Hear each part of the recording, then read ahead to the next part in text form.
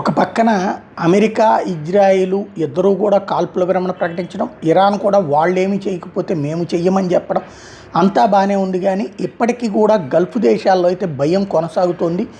Dubai అయితే మేము ఈ కాల్పుల విరమణను ఒప్పుకోము, ఇరాన్ ప్రమాదకరంగా మారుతుంది అన్నటువంటి విషయాన్ని తేల్చి చెప్తోంది. మరొక వైపున బహ్రెయిన్లో మిస్సైల్ సైరన్స్ తాజాగా కూడా వినిపించినాయి. ఇరానియన్ థ్రెట్స్ అయితే కొనసాగుతున్నాయి, ఎమర్జెన్సీ అలర్ట్స్ కొనసాగుతున్నాయి. అమెరికా ఇరాన్ సీజ్ ఫైర్ తర్వాత కూడా అక్కడ ఉన్నటువంటి పబ్లిక్ని ఆవేశపడి రోడ్ల మీదకి రావద్దు, ఇమ్మీడియట్గా మీరు షెల్టర్ల దగ్గర మాత్రం వదిలిపెట్టద్దు అన్నటువంటి విషయాన్ని చెప్పుకొచ్చింది.